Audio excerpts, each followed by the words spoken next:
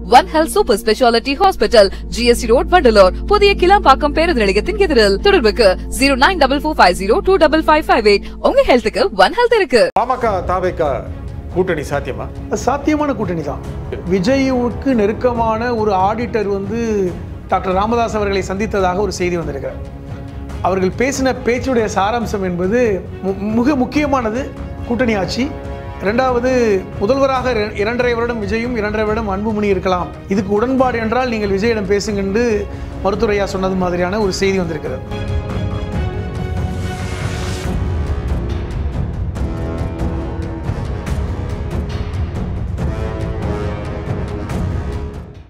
Again, Tamil has the highest viewership in India, USA, UK, Dubai, UAE, Saudi, Malaysia, Singapore, Norway, Sweden, Switzerland and Denmark. Join us and take your business to the world. வணக்கம் ஆகாயம் நண்பர்களே. தாவேகா பாமக இடையே கூட்டணி சாத்தியமா? விஜய் ராமதாஸ் ஒன்றிணைவார்களா? இதை பற்றி பேசுவதற்காக எழுத்தாளரும் மனிதநேய மக்கள் கட்சியின் அமைப்பு செயலாளருமான திரு புதுமடம் ஹலீம் இங்கு வந்திருக்கிறார். வணக்கம் திரு புதுமடம். வணக்கம். பாமக தாவேகா கூட்டணி சாத்தியமா? சாத்தியமான கூட்டணி தான். காரணம் என்னவென்றால், விஜய் கட்சி ஆரம்பித்து தங்களுடைய குறியீடாக சிலரை அறிமுகப்படுத்தினார். பெரியாரை குறியீடாக அறிமுகப்படுத்தினார், காமராஜரை சொன்னார், கொள்கை தலைவர் ராணி மங்கம்மாளை சொன்னார், அதே போன்று வேலுநாச்சியாரை சொன்னார், அதே போன்று பார்த்தீங்கன்றால் அஞ்சலை அம்மாளை சொன்னார். இதில் பார்த்தீங்கன்னா பாட்டாளி மக்கள் கட்சியும் தங்கள் குறியீடாக பெரியாரைத்தான் முன்னிறுத்தினார்கள். அவர்கள் 89 கட்சி ஆரம்பிக்கும் பொழுது பெரியாரையும் அம்பேத்கரையும் காரல் மார்க்ஸையும் தான் முன்னிறுத்தினார். இன்னும் கூடுதலாக வன்னிய சமூகத்தை சார்ந்த அஞ்சலி அம்மாவை விஜய் தங்களுடைய கொள்கை தலைவராக முன்னிறுத்தினார். அப்பொழுதே அன்புமணி ராமதாஸ் இதுக்கு பாராட்டு தெரிவித்தார். இது நிச்சயமாக விஜய் பாராட்டுகிறோம், என்னால் அஞ்சலி அம்மாவை யாருமே தூக்கி பிடிக்காத போது, ஏன் பாட்டாளி மக்கள் கட்சியே பெரிய அளவில் தூக்கி பிடிக்காத போது விஜய் தூக்கி பிடிக்கிறார் என்றெல்லாம். இன்று வரை விஜயை பெரிதாக பாட்டாளி மக்கள் கட்சி விமர்சிக்கலை. பொதுவாக எல்லா கட்சிகளையுமே அன்புமணி ராமதாஸ் விமர்சிப்பது வழக்கம். பாஜகவோடு கூட்டணி வைத்திருந்தாலும் பாஜகவை விமர்சிப்பார்கள். திமுக அதிமுகவோடு கூட்டணி வைக்கும் போதும் விலகி வந்தால் திமுகவையும் அதிமுகவையும் கடுமையாக விமர்சிக்கக்கூடியவர்கள் தான். ஆனால் விஜய் அவர்கள் கடுமையாக விமர்சிக்கவில்லை, வாழ்த்தி வரவேற்ப ஒரு நிகழ்வு தான் நடந்தது. காரணம் என்னவென்றால், விஜய் சொன்ன இன்னொரு முக்கியமான விஷயம் கூட்டணி ஆட்சி. அதாவது எங்களோடு சேர்பவர்களுடன் நாங்கள் மந்திரி சபையில் கூட்டணி ஆட்சி, அது போன்ற ஒரு முழக்கம் என்பது பாட்டாளி மக்கள் கட்சிக்கு மிகவும் பிடித்தமான ஒரு விஷயம் தான் பார்க்குறேன். காரணம், 2016 அன்புமணியை முன்னிறுத்தி மாற்றம் முன்னேற்றம் அன்புமணி என்று சொல்லி முதல்வர் வேட்பாளராக அறிவித்த கட்சி தான் பாட்டாளி மக்கள் கட்சி. ஏன்னால் முக்கியமான நோக்கம் என்னால் 35 வருஷத்துக்கு முன்னாடி ஆரம்பித்த கட்சி இன்றைக்கு வரைக்கும் தமிழ்நாட்டில் ஆட்சியை பிடிக்கலை, ஆட்சியில் பங்கு பெற முடியல என்கிற அந்த ஏக்கம் மருத்துவர் ஐயாவுக்கு இருக்கிறது. நம்ம ஆட்சியை பிடிக்க முடியலையே, நம்ம பாட்டாளி மக்கள் கட்சியை சார்ந்தவர்கள் அமைச்சராக முடியவில்லையே. ஒன்றியத்தில் கூட அமைச்சரானாங்க. சொல்லப்போனால் 98 4 MP, 99 5 MP இருந்தாங்க. அன்புமணி ராமதாஸ் கூட பார்த்திங்கன்னா சுகாதாரத்துறை அமைச்சராக இருந்தார். அவர் கட்சியை சார்ந்தவர்கள் பலரும் அமைச்சராக இருக்காங்க. ஆனால் தமிழ்நாட்டில் அதை சாதிக்க முடியல அப்படிங்கிற ஒரு ஏக்கம் மருத்துவருக்கு இருக்கிறது. அதன் அடிப்படையில் தான் 2016 முன்னிறுத்தினார். இப்போ இந்த இடத்துல நான் என்ன பார்க்குறேன்னா, விஜய் கட்சி ஆரம்பித்து இப்படி ஒரு புகழ்பெற்ற நடிகர், அவருக்கென்று ஒரு ரசிகர் கூட்டம் இருக்குது, எல்லா கட்சிகளும் அவருக்கான ஆதரவு மனநிலையில் இருக்கிறது. இன்னும் சொல்லப்போனால் வன்னிய சமூகத்தில் கூட விஜய்க்கு பெரிய அளவில் செல்வாக்கு இருக்கிறது, அப்படி தான் சொல்கிறாங்க. அப்போ இப்படிப்பட்ட ஒரு சூழலில் தாவேகா பாமக கூட்டணி என்பது இயல்பான ஒரு கூட்டணியாக தான் நான் பார்க்குறேன். ஆனால் பாமகவுக்கு ஏற்கனவே பாமக தேசிய ஜனநாயக கூட்டணியில் இருக்குது, பாஜக கூட்டணியில் இருக்குது. அப்படி இருந்து இன்னும் கூட கூட்டணியில் இப்போ தொடர்றாங்களா அப்படிங்கிறத இன்னும் அறிவிக்கலை. என்ன காரணம்னா, நீங்கள் பாருங்கள், 89 கட்சி ஆரம்பித்து ஓரளவிற்கு வந்தார்கள். 2016 தனித்து நின்று 5.36 விழுக்காடு வாக்குகளை வாங்கினாங்க. தனித்து நின்று கிட்டத்தட்ட வட மாவட்டங்களில் பெரிய செல்வாக்கான கட்சியாக பாட்டாளி மக்கள் கட்சி வளர்ந்தது, அந்த வரலாறு இருந்தது. ரெண்டாவது, பாட்டாளி மக்கள் கட்சியுடைய இந்த ஆரம்பகால வரலாறை பார்த்தீங்கன்னா உங்களுக்கு தெரியும். தலைவராக ஒரு வன்னிய சமூகத்தை சார்ந்தவரும், பொதுச் செயலாளராக தலித் சமூகத்தை சார்ந்தவரும் இருக்க வேண்டும் என்று ஒரு பைலாவே அவர்கள் கொண்டு வந்தாங்க.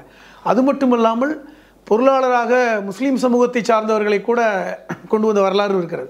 அப்போ ஒரு சிறுபான்மை சமூகம், தலித்திய சமூகம், வன்னிய சமூகம் எல்லாம் இணைந்த ஒரு பாட்டாளி சொந்தங்கள். திமுக அதிமுகவுக்கு இது ஒரு போட்டியாக மாற்றமான ஒரு கட்சி, மாற்றாக உருவாக்கப்பட்ட கட்சிங்கிற அந்த இதில் பெரும் வெற்றியை தான் ஆரம்பத்தில் அவர்களுக்கு கிடைத்தது. இன்னும் சொல்லப்போனால் 89 நடந்த அந்த சென்னை சீரணி அரங்க அந்த கூட்டத்தில் 10 லட்சம் பேர் கூடின வரலாறுலாம் இருக்கிறது. அப்போ இவர் ஒரு பெரிய ஒரு கட்சியாக உருவாக வேண்டிய கட்சி ஏன் சுருங்கி போய்விட்டது என்கிற அந்த ஏக்கம், அந்த கோபம், அந்த வருத்தம் மருத்துவருக்கு இருப்பதாகத்தான் நான் பார்க்குறேன். இன்னும் சொல்லப்போனால் ஏன் அவருக்கு அதுக்கான பின்னடைவுங்கிறது கூட நம்ம நிறையா பேர் அதை பற்றி கட்டுரைகள் எழுதியிருக்காங்க. நானும் அதை ஆய்வு செய்திருக்கிறேன். ஏன் இந்த பின்னடைவு? அவர் ஆரம்ப காலத்தில் 3 சத்தியங்கள் செய்த விஷயங்கள் எல்லாம் இன்னும் நமக்கு நினைவு இருக்குது. எந்த காலகட்டத்திலையும் நான் என்னுடைய சொந்த பந்தங்கள் கட்சி பதவிக்கு வர மாட்டாங்க, நான் தேர்தலில் போட்டியிட மாட்டேன், என்னுடைய செலவுகளுக்கு நான் கட்சி பணத்தை எடுக்க மாட்டேங்கிற இதை நான் வெளிப்படையாக சொல்கிறேன். இது நடந்தால் என்னை நீங்கள் சாட்டையால் அடிக்கலாங்கிற வெளிப்படையான பேச்சு இன்றைக்கி இருக்குது. அதனுடைய மாற்றம் கூட இன்றைக்கி ஒரு பாட்டாளி மக்கள் கட்சி ஒரு தொய்வை நோக்கி, ஏன்னா அன்புமணியை முன்னிறுத்தியது.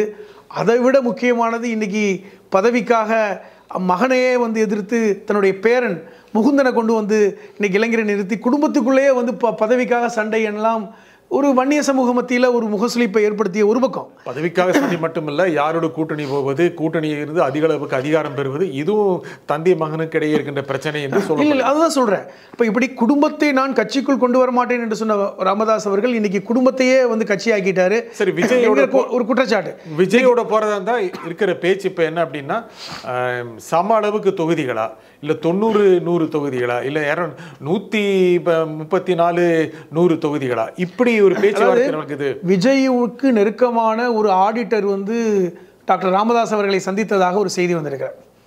அவர்கள் பேசின பேச்சுடைய சாராம்சம் என்பது மிக முக்கியமானது. கூட்டணி ஆட்சி, 2வது முதல்வராக 2.5 வருடம் விஜயும் 2.5 வருடம் அன்புமணி இருக்கலாம், இதுக்கு உடன்பாடு என்றால் நீங்கள் விஜயிடம் பேசுங்க என்று மருத்துவரையா சொன்னது மாதிரியான ஒரு செய்தி வந்திருக்கிறது. ஏனென்றால் பாட்டாளி மக்கள் கட்சி ஆட்சியை பிடிக்க வேண்டிய கனவில் அவர் இன்ன வரைக்கும் பெருசாக மாற்றம் இல்லை. அது எங்கே தொய்வு அப்படிங்கிறத ஆய்வு பண்ணுறாங்க.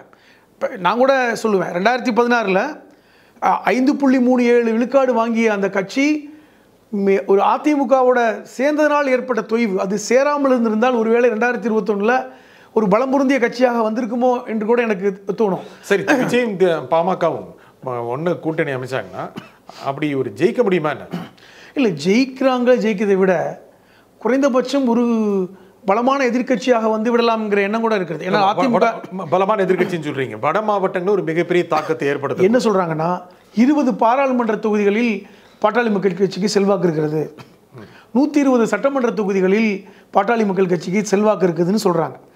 விஜய்க்கு பார்த்தீங்கன்னா அதே அளவு தமிழ்நாடு முழுவதும் பரவலாக விஜய்க்கான ஆதரவு இளைஞர் மத்தியில் இருக்கிறது. இப்போ 8லிருந்து 10 விழுக்காடு வாக்குகள் வாங்கலாம் என்கிற கருத்து கணிப்பும் விஜய்க்கு இருக்கிறது. அப்போ இதெல்லாம் சேரும் பொழுது கிட்டத்தட்ட 2 கட்சியும் சேர்ந்து போட்டியிட்டால் குறைந்தபட்சம் ஒரு 15லிருந்து 20 விழுக்காடு வாங்கிவிட்டால் ஒரு பலமான எதிர்கட்சியாக வந்துவிடக்கூடிய வாய்ப்பும் இருக்கிறது. இல்லை என்றால் 30-40 என்ன கணக்கு செய்கிறாங்கன்னா, அதிமுக பாஜக கூட்டணி ஒரு பக்கம் இருக்கிறது.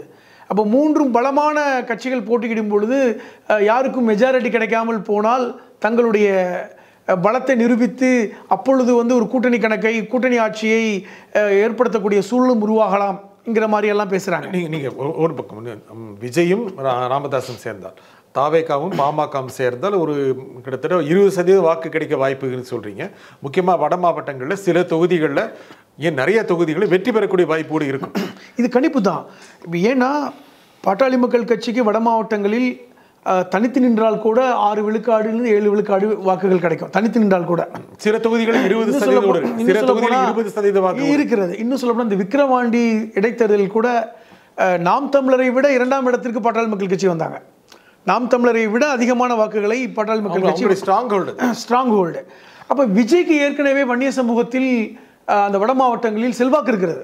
அப்போ விஜயோடைய அந்த வாக்கு சதவீதம் சேரும் பொழுது சில தொகுதிகளில் வெற்றி பெறக்கூடிய வாய்ப்புகள் நிறைய தொகுதியில் வெற்றி பெறுவாங்க. அதான் சொல்கிறேன். ஆனால் இது நீங்கள் சொன்னீங்க உங்கள் பேச்சுவாக்கில் என்ன சொன்னீங்கன்னா, ஒரு எந்த கட்சிக்கும் பெரும்பான்மை கிடைக்கக்கூடிய சூழ்நிலை இல்லாமல் போகலாம் அப்படின்னு. இந்த மாதிரி அதிமுக பாமக தாவேகா பிரிந்து இவர்களெல்லாம் பிரிந்து தேர்தலில் போட்டியிட்டால் அது திமுக அணிக்கு லாபம் தானே? அதான் நிச்சயமாக என்னென்னா திமுக அணிக்கு எப்படி லாபம், நீங்கள் லாபம் இருக்கிறது வேறு கோணத்துலையும் பார்க்க வேண்டியிருக்கிறது. லாபம் என்ன அப்படின்னு பார்த்தால் திமுகவுடைய எதிர்ப்பு வாக்குகள் சிதறக்கூடிய வாய்ப்பு இருக்குதுல்ல. இப்போ திமுகவுடைய எதிர்ப்பு வாக்குகள் அதிமுக பாஜக கூட்டணிக்கு போகாத வாக்குகள் விஜய்க்கும் பாட்டாளி மக்கள் கட்சிக்கும் ஒருவேளை இவர்கள் கூட்டணி அமைத்தால் அப்படி சிதறும் பொழுது எளிதான வெற்றி திமுக கூட்டணிக்கு கிடைக்கும். ஆனால் அந்த மாதிரி ஒரு எளிதான வெற்றி கொடுக்க விஜயும் அன்புமணியும் அல்லது ராமதாஸும் விரும்புவாங்களா? இல்லை, நான் என்ன சொல்கிறேன்னா வட மாவட்டங்களில் இப்போது திமுகவிற்கென்று பெரிய சாதகமான இடங்கள் பார்த்திங்கன்னா டெல்டா மாவட்டங்கள், தென் மாவட்டங்களில் பெரிய செல்வாக்கு இருக்குது. வன்னியர் பகுதிகளில் பாட்டாளி மக்கள் கட்சிக்கு செல்வாக்கு இருக்கிறது, விஜய்க்கும் செல்வாக்கு இருக்கிறது. இதை நீங்கள் வந்து பார்த்தீங்கன்னா கொங்கு பெல்ட்டில் அதிமுக பாஜகவிற்கு செல்வாக்கு இருக்கிறது.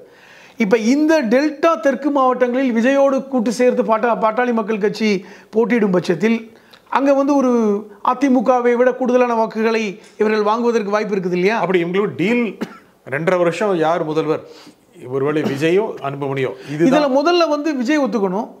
ஆனால் விஜய் வந்து நாங்கள் கூட்டணி ஆட்சிக்கு ரெடின்னு தான் சொல்லியிருக்காரு.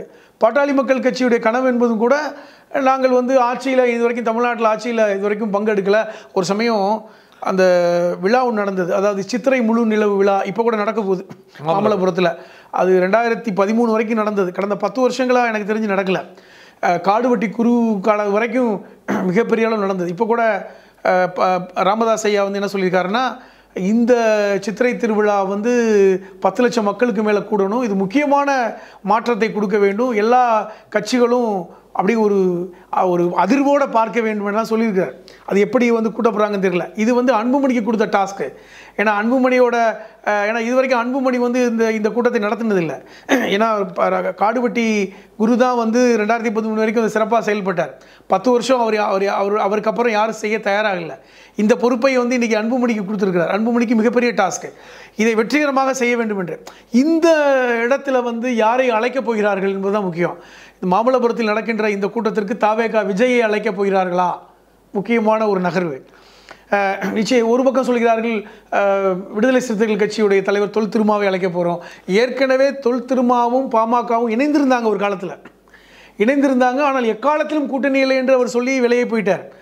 அது பாட்டாளி மக்கள் கட்சியுடைய தலைவருக்கும் அன்புமணி மற்ற இளைய தலைவர்களுக்கெல்லாம் ஒரு கான்வர்சேஷன் இருக்குது, அவர்களை விட்டிருக்க வேண்டாம்.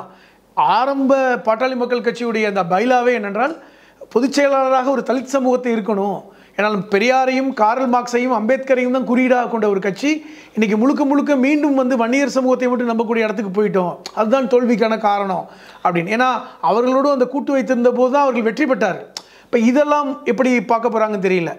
மூன்றாவது ஒரு விஷயம், நீங்கள் தாவேகா பாமக விசிகாவும் ஒரு அணியை வர வாய்ப்பு இருக்குங்கிற மாதிரி கொடுக்க இல்லை. நான் ஒரு அணியில் வர வாய்ப்பு இருக்குன்னு சொல்லலை, இது காரணிகளை நான் வந்து ஆய்வு செய்கிறேன், அவ்வளோதான். ஏன்னால் தொல் திருமாவை பொறுத்தவரை நாங்கள் வந்து இப்படி போய் வந்து நாங்கள் வந்து அதிமுக பாஜக வெற்றிக்கு வழி, ஏன்னா இப்போ இவர்களும் வந்து விட்டால் இந்த ஓட்டு சிதறுவதன் மூலமாக அதிமுக பாஜக வெற்றிக்கு வாய்ப்பாக நம்ம போய்விடக்கூடாது என்கிற அந்த தெளிவு வந்து தொல் திருமாவளவனுக்கு இருக்கிறது. அதில் தெளிவாக இருக்கார். அதனால் நாங்கள் போக மாட்டோம், எங்களுக்கு சீட்டை விட கொள்கை முக்கியம்னு சொல்லி இருக்கார். எனக்கு தெரிஞ்சு வர வாய்ப்பு இல்லை. அந்த திமுக கூட்டணி உடைய வாய்ப்பு இருக்கிற மாதிரி எனக்கு தெரியல. அதற்காக முயற்சி பண்ணுறாங்க. ஆனால் பாட்டாளி மக்கள் கட்சி தாவேகாவுடைய கூட்டணி நடப்பதற்கு வாய்ப்புகள் இருக்குது. ஏன்னா அதிமுக பாஜக கூட்டணியை இருக்கின்ற அதிமுக பாட்டாளி மக்கள் கட்சியை சேர்க்க மாட்டாது என்கிற பேச்சும் இருக்குது. ஏதோ ஒரு காரணத்திற்காக பாட்டாளி மக்கள் கட்சி எங்கிருந்தால் வெற்றி, அவர்கள் எங்கிருந்தாலுமே பெரிய வெற்றியை பெற மாட்டார்கள் தான் தோணுது. என்ன காரணம்? அதிமுக அணியில் இருந்த வெற்றி வாய்ப்பு இல்லை. இல்லை, இப்போது அதிமுக பாஜக பாட்டாளி மக்கள் கட்சி ஏற்கனவே இருந்தவர்கள் தான், அதில் ஒன்றும் பெரிய வெற்றியை பெறலை. எப்பொழுதெல்லாம் இந்த அதிமுக பாஜகவோடு சேர்ந்தார்களோ பாட்டாளி மக்கள் கட்சி பெரிய வெற்றியை பெறலை. தனியாக இருந்தபோது வெற்றி பெற்றாங்க. இப்போ அதிமுக பாட்டாளி மக்கள் கட்சி மட்டும் இருந்தபொழுது வெற்றி பெற்றாங்க, திமுக பாட்டாளி மக்கள் கட்சி மட்டும் இருந்தபோது வெற்றி பெற்றாங்க, பாஜகவோட இணைந்து இந்த 3 பேர் இருந்தபோது வெற்றி பெறலை. அது ஒரு கணக்கு இருக்கிறது. அதனால் வந்து தங்களுக்கு அந்த வாக்குகள் வந்து பெரிய அளவில் வரலைங்கிறத அதிமுக நினைக்கலாம். அதிகமான இப்போ 40 இடம் கேட்பார் யார், பாட்டாளி மக்கள் கட்சி எங்களுக்கு 40 இடம் கேட்பார். அது எப்படி அதிமுக கொடுக்கும்? அதனால் அதிமுக வந்து விரும்பாது. ஏற்கனவே பாஜக 80 இடம் கேட்டுக்கிட்டு இருக்காங்க. எல்லாத்தையும் கொடுத்து விட்டு மெஜாரிட்டியே இல்லாத இடத்துக்கு அதிமுக தள்ளப்படும். இப்போ அதனால் அதை விரும்ப மாட்டாங்க. அப்போ தாவேகா என்பது புது கட்சி, விஜய்க்கென்று ஒரு மாசு இருக்கிறது, ரசிகர்கள் கூட்டம் இருக்கிறது, எவ்வளவு வாக்கு வங்கி விடப்போறதுன்னு தெரியல, அன்பிரடிக்டபிளான ஒரு சிச்சுவேஷனு. அவர்களோடு இணையும் பொழுது நிச்சயமாக ஈக்குவல் ஷேரில் நிற்கலாம். தங்கள் பலத்தை அவர்கள் அதிகப்படுத்தக்கூடிய வாய்ப்பு இருக்கிறது. இது ஆட்சியை பிடிக்கிறாங்களே இல்லையோ, பாட்டாளி மக்கள் கட்சி விஜய் தாவேகா வந்து ஒரு வளர்வதற்கான ஒரு வாய்ப்பாக இது அமையும் நான் பார்க்குறேன். இந்த நிகழ்ச்சியில் உங்கள் கருத்தில் குறிமிக்காக திரு புதுமரம் அலி மிக்க நன்றி. மீண்டும் ஒரு நிகழ்ச்சி சந்திப்போம். நன்றி, வணக்கம்.